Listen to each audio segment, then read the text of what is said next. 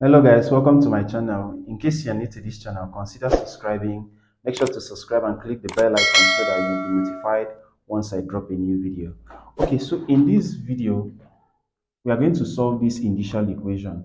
All right, so I have here 5 raised to the power of 2x minus 4 times 5 raised to the power of x plus 1 minus 125 is equals to 0. So this is a problem that leads to quadratic equation. And to solve this question, we need two laws of indices. The first law is this law, which is the index law. We are going to be using this law to simplify the first term. And another law we need is this law, where we are going to use to simplify this term. Now, applying these laws in reverse direction, we are going to have 5 raised to the power of x, all in bracket, 2 as here. And here we are going to break it down as multiplication to have 5 raised to the power of x times 5. Now, we are going to multiply 4 and 5 to give us 20 times 5 raised to the power of x. Let's rewrite it in a nice fashion to give us 5 raised to the power of x, all in bracket, raised to the power of 2. So the next thing we are going to do here is to substitute wherever we have 5 raised to the power of x with a variable. So I'm going to say let 5 raised to the power of x equals to p. Now, wherever I have 5 raised to the power of x, I'm going to replace it with p.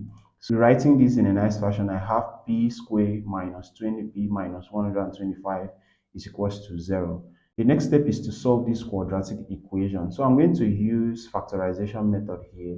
Two factors that multiply to give us minus 125 are these, and the two factors we are looking for is this one. So I'm just going to use the factoring method to solve this quadratic equation to have p plus 5p minus 25 equals to 0. Now, I'm going to break it down to p plus 5 equals to 0 or p minus 25 equals to 0. Subtract minus 5 both sides here and add 25 to both sides here to give me this. That's going to eliminate so that the final answer is p is equal to minus 5 or p is equal to 25. One thing to note here, we were not given p, we were to find the value of x, not p. So to find the value of x, we are going to recall this formula.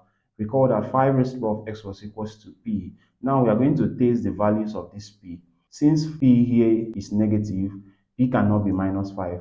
So we are going to ignore p is equals to minus 5, and then we are going to go with p equals to 25. So when p is equals to 25, we have 5 raised to the power of x equals to 25. I'm just going to write this in index font to have 5 raised to the power of x is equals to 5 raised to the power of 2.